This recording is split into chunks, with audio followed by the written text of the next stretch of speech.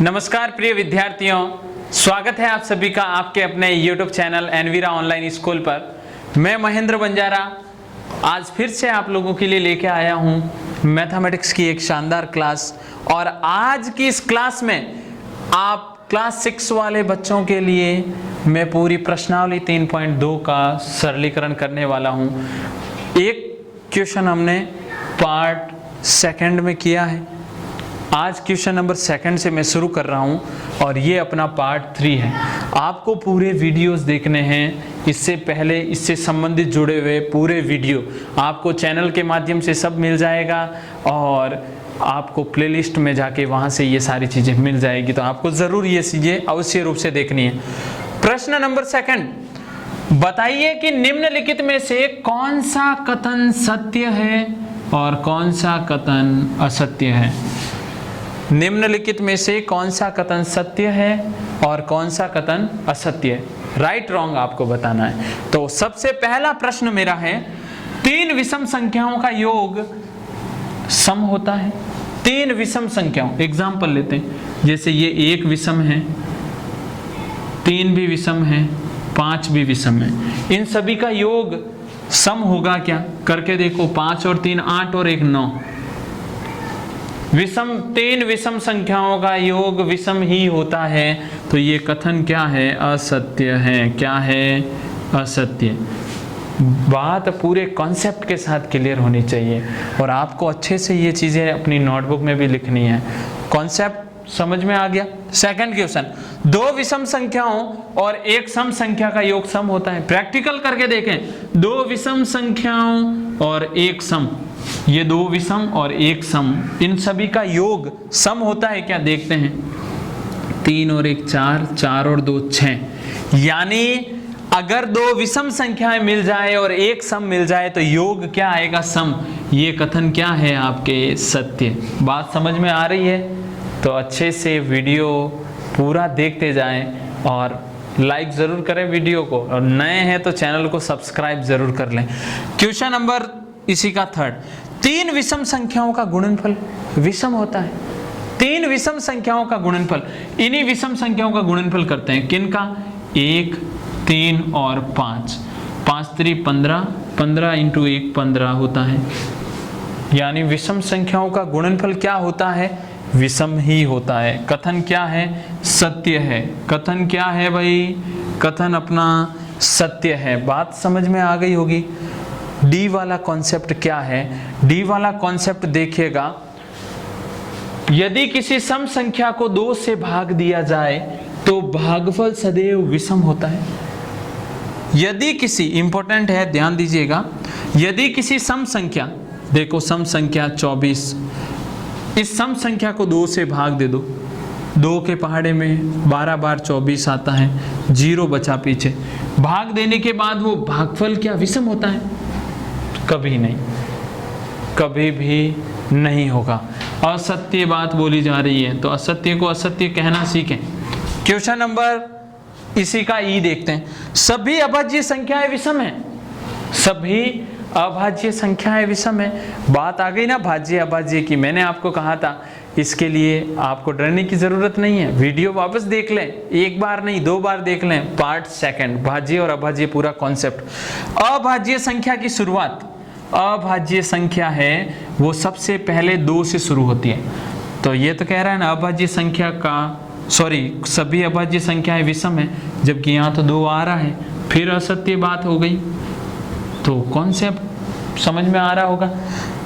F, अभाज्य संख्याओं के कोई गुणनखंड नहीं होते। अभाज्य संख्याओं के कोई भी गुणनखंड नहीं होते हैं। अभाज्य संख्याओं के गुणनखंड नहीं होते हैं, ये कैसे हो सकता है, देखो जैसे ये 3 है तो 3 अभाज्य संख्या, इसको 3 × 1 नहीं लिख सकता क्या। गुणनखंड, खुद संख्या खुद का ही गुणनखंड होती है। पहले वाले वीडियो में ये चीज समझाई पार्ट 1 में, तो और वापस रिपीट कर रहा हूं, कोई भी संख्या खुद का तो गुणनखंड होगी, विषम संख्या है तो वो खुद का तो होगी ना गुणनखंड। तो ये तो कह रहा नहीं हो सकता, तो फिर ये असत्य बात बोल रहा है। असत्य बातें इसको बोलने दो, हम गलत करते जाएंगे। 2 अभाज्य संख्याओं का योग सदैव सम होता है। दो अभाज्य संख्याएं।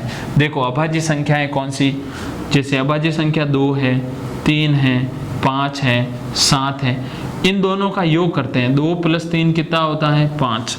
यहाँ पे बोला गया है दो अभाज्य संख्याओं का योग सदैव सम होता है, वहाँ तो विषम आ रहा है ना, हमेशा सम नहीं आता है, फिर बात असत्य बोली है। गलत बात को गलत कह देंगे। केवल 2 ही एक सम अभाज्य संख्या है, बिल्कुल ये बात सत्य है। शुरुआत 2 से होती है और 2 ही एकमात्र सम अभाज्य संख्या हैं। बात क्लियर है ना? फिर सभी सम संख्याएं भाज्य संख्याएं, सभी सम संख्याएं भाज्य संख्याएं हैं।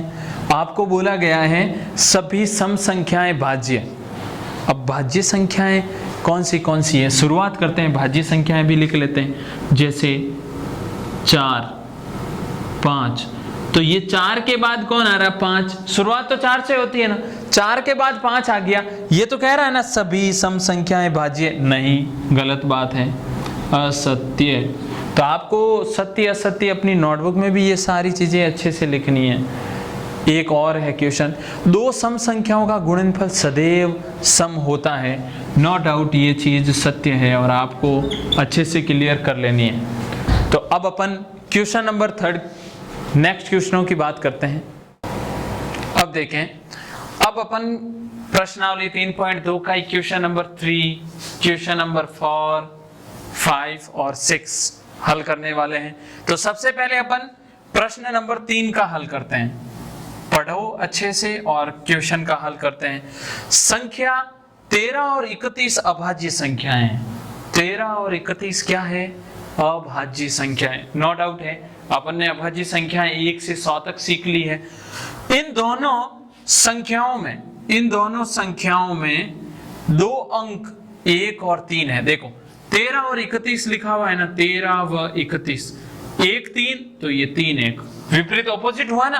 तो 100 तक संख्याओं में ऐसे सभी युग्म ज्ञात करो, यानी 100 तक जो संख्याएं आती है वहां तक ऐसे ऐसे युग्म आपको ज्ञात करने हैं। पहला युग्म आपके सामने दिया हुआ है।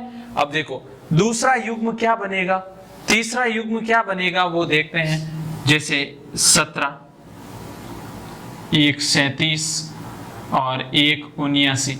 आपको 1 से 100 के मध्य अभाज्य संख्याएं याद करनी है।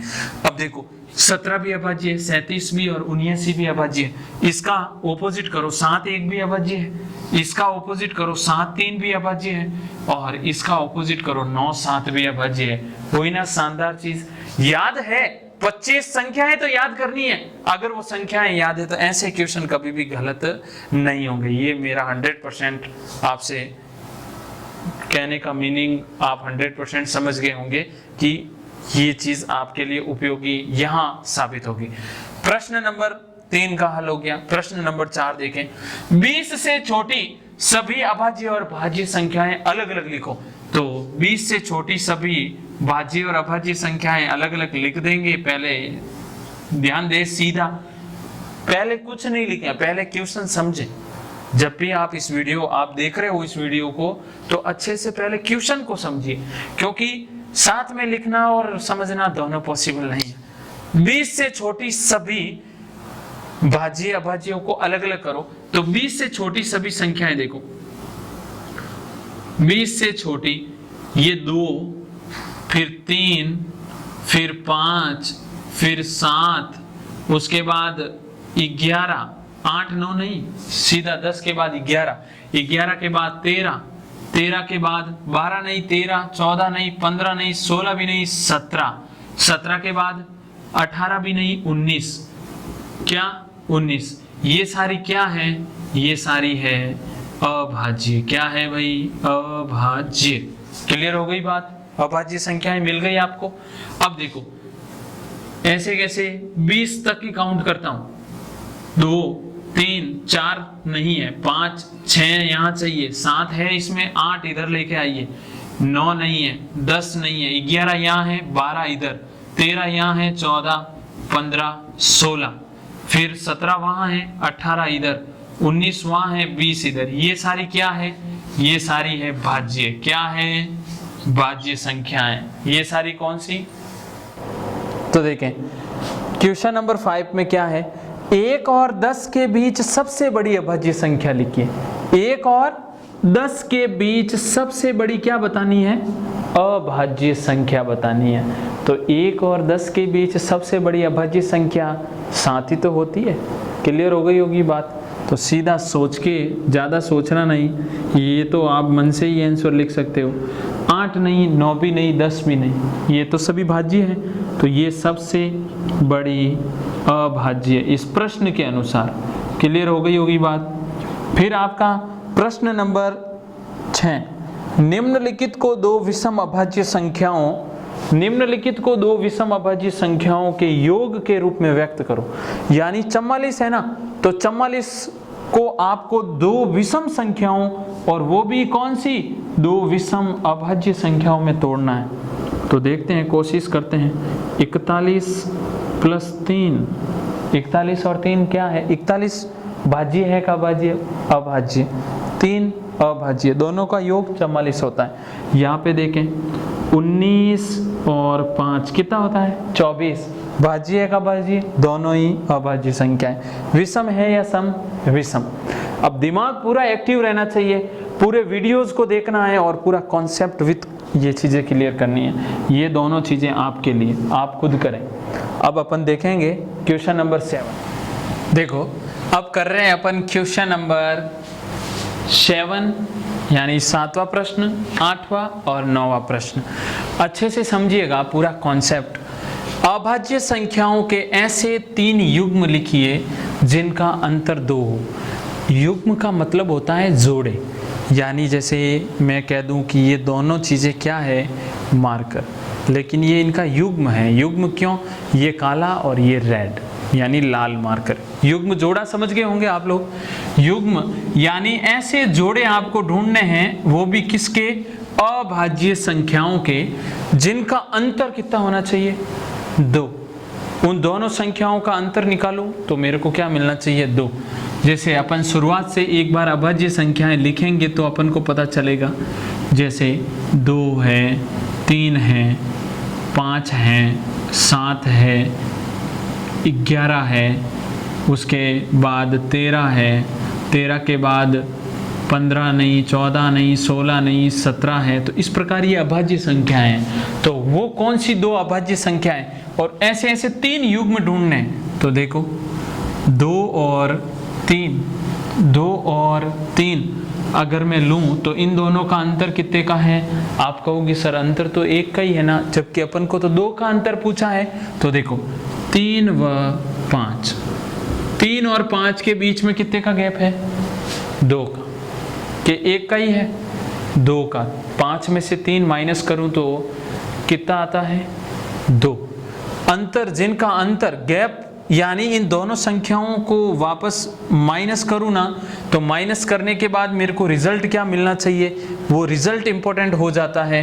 तो 3 और 5 घटाऊं, 5 में से 3 घटाओ तो क्या बचेगा? 2। क्लियर हो गई बात। सेकंड, ये पहला है इसका, ऐसे कैसे सेकंड देखते हैं युग्म। 5 और 7, 7 में से 5 गया, कितना बचता है? 2। तो 5 व 7। ऐसे कैसे तीसरा युग्म देख लीजिए। 5 और 7, 7 में से 5 घटाइए, पीछे कितना बचता है? 2। तीसरा युग्म 11 व 13, 13 में से 11 घटा दीजिए, पीछे कितना बचता है? 2 ही तो बचता है। तो बात क्लियर हो रही है ना? बातें क्लियर हो रही है तो ज़्यादा से ज़्यादा इसे जिन लोगों को इनकी ज़रूरत है उन तक आप ज़रूर पहुंचाएं, क्योंकि आप भी फ़ायदा उठाएं और दूसरों को भी फ़ायदा लेने दें। नए हैं तो चैनल को सब्सक्राइब ज़रूर करें। क्वेश्चन नंबर 8 देखिए, निम्नलिखित में से कौन सी संख्याएं अभाज्य संख्याएं हैं?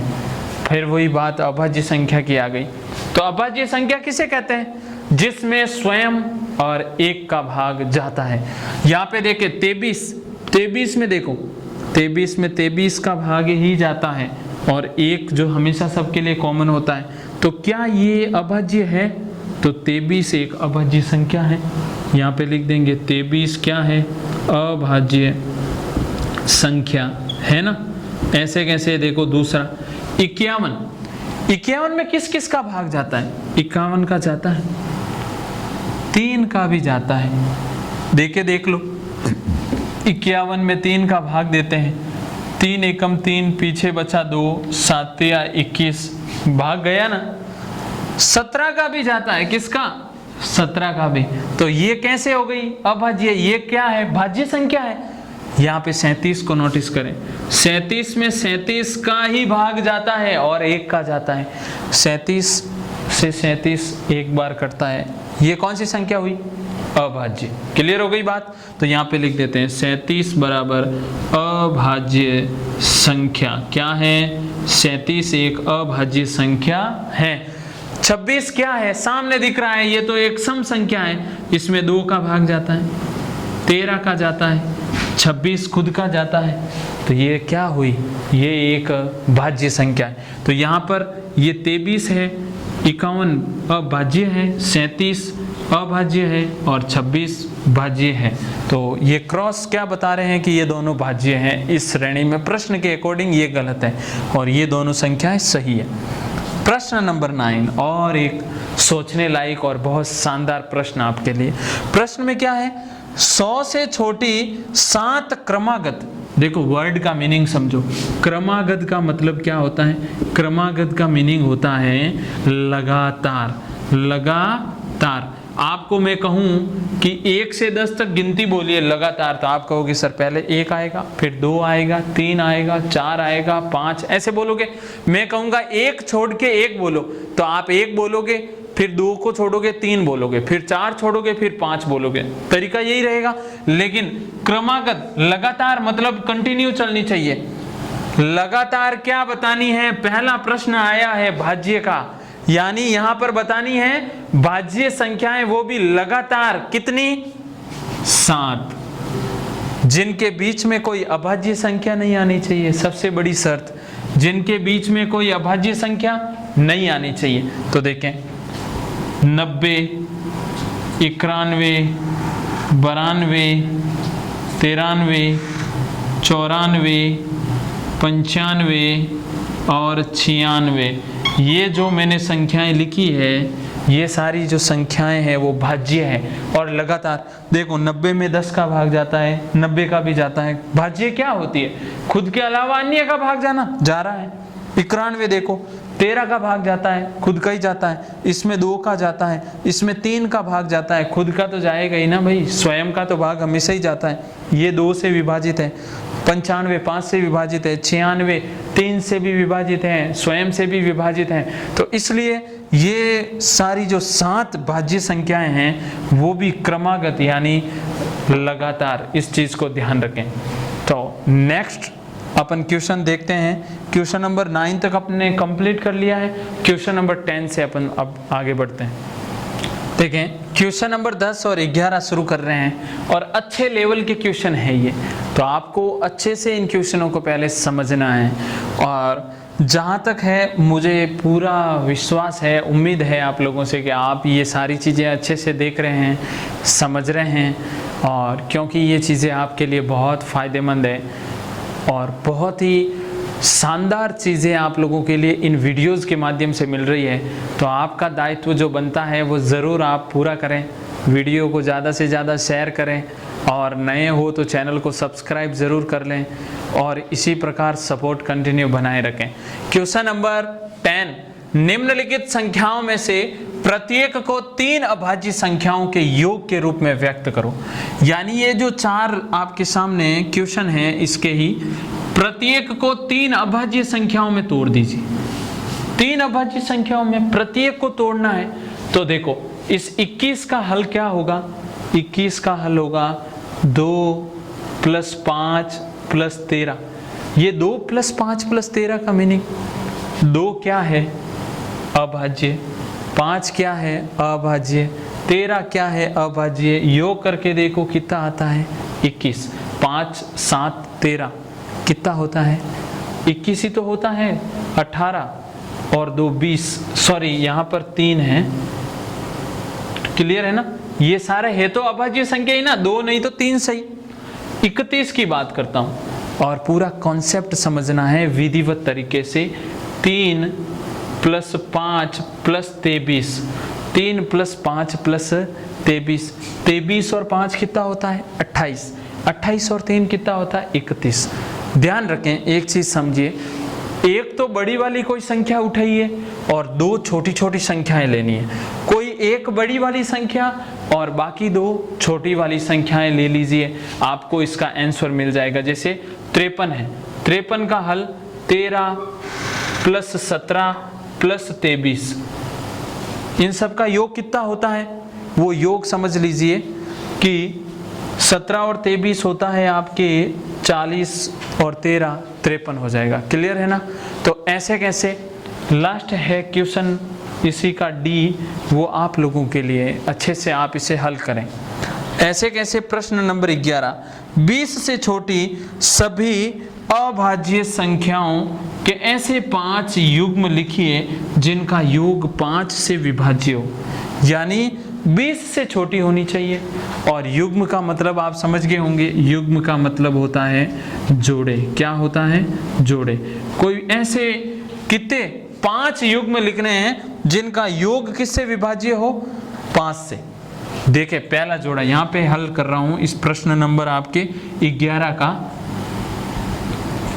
उसका रीजन क्या है कि आपको वहां पे अच्छे से समझ में आ जाएगा। पहला जोड़ा लिख रहा हूं, अच्छे से समझिएगा। 20 से छोटा होना चाहिए और वो संख्याएं क्या होनी चाहिए? अभाज्य। एक बार अपन 20 से छोटी सभी अभाज्य लिख देते हैं।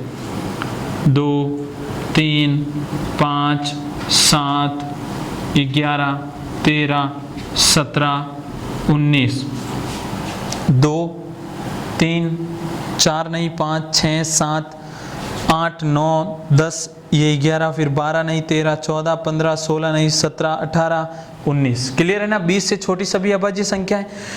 पहला जोड़ा मेरे को यहाँ पे सामने दिखाई दे रहा है, जो 5 से विभाजित होगा वो है 3 और 5, 3 और 7। कौन है? 3 और 7। 3 और 7 कितना होता है? 10। 10 किससे विभाजित है? 5 से। तो पहला युग्म, तो अब देखें 13 और 17 का एक युग्म और बन जाएगा। 13 और 17, क्योंकि 13 प्लस 17 कितना होता है? तो आप कहोगे सर 13 और 17 तो हो जाता है अपने 30, और 30 5 से विभाजित है, तो ये भी एक क्या बन गया? युग्म। अपन को 5 युग्म ऐसे निकालने हैं। अब ध्यान दीजिएगा, पहला युग्म कौन सा है मैंने निकाला? तो पहला युग्म है आपके 3,7। दूसरा युग्म कौन सा है? तो दूसरा युग्म है 7,13। तीसरा युग्म कौन सा है? तो तीसरा युग्म है आपका 13,17। क्लियर है ना? ऐसे कैसे अपन को बताने हैं टोटल 5 युग्म।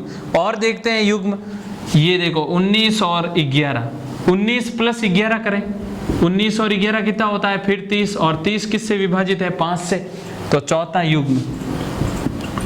युग्म बनेगा आपका 19 और 11। क्लियर है ना? ऐसे कैसे और कोई युग्म बन रहा है? बिल्कुल बन रहा है, तो उस युग्म को लिख देते हैं साथ में कि यहाँ पर 7 और 13 अपन ने बना लिया। 7, 17, 17, 19, 17 और 13 बन गया, 13, 7 बन गया, 11 और 19 का बन गया। ऐसे कैसे देखें, और कोई अगर युग्म बन रहा है तो वो आपको बनाना है साथ में 5 और 7, या 5 और 19 का बनाते हैं साथ में। देखें कौन सा युग्म बन रहा है। तो 11 19 हो गया, 7 13 हो गया, 2 और 13 का युग्म और बनेगा। अच्छे से देखिए, 2 और 13 इनका योग कितना होता है? 2 प्लस 13 होता है 15। 15 किससे विभाजित है? 5 से, नियम के अकॉर्डिंग। तो 5वां युग्म आपका है 2,13। क्लियर हो गए होंगे 5 युग्म। अब एक लास्ट क्वेश्चन नंबर 12 अपन कर रहे हैं। देखते हैं 12 क्वेश्चन नंबर 12 देखो, इसमें आपको रिक्त स्थान भरना है, और ये अपने एक्सरसाइज 3.2 का लास्ट क्वेश्चन है। तो ये भी अच्छे से समझ लीजिए। वह संख्या जिसके केवल 2 गुणनखंड हो, एक क्या कहलाएगी? अब ज्यादा सोचने की जरूरत नहीं है। जिसके 2 गुणनखंड हो, केवल 2, यानी जैसे 5 है तो 5 के 5 और 1 ये दो ही तो गुणनखंड हुए, खुद स्वयं तो है ही है और स्वयं के अलावा एक, तो वो संख्या कौन सी होती है? अभाज्य संख्या। दूसरा, वह संख्या जिसके दो से अधिक गुणनखंड हो वो क्या है? भाज्य। क्लियर हो गई होगी आपको अब तो भाज्य अभाज्य का पूरा कॉन्सेप्ट ही इस पूरे प्रश्नावली के साथ पहले वाले वीडियो में भी समझाया है। फिर न एक न तो भाज्य है न ही अभाज्य, बिल्कुल सारी चीजें समझा रखी है। सबसे छोटी अभाज्य संख्या कौन सी है? 2। सबसे छोटी अभाज्य 2 ही है, क्योंकि अभाज्य संख्या 2, 3 ऐसे ही शुरू होती है तो सबसे छोटी 2 ही हुई। सबसे छोटी भाज्य 4 से शुरू होती है तो सबसे छोटी भाज्य कौन सी हुई? 4।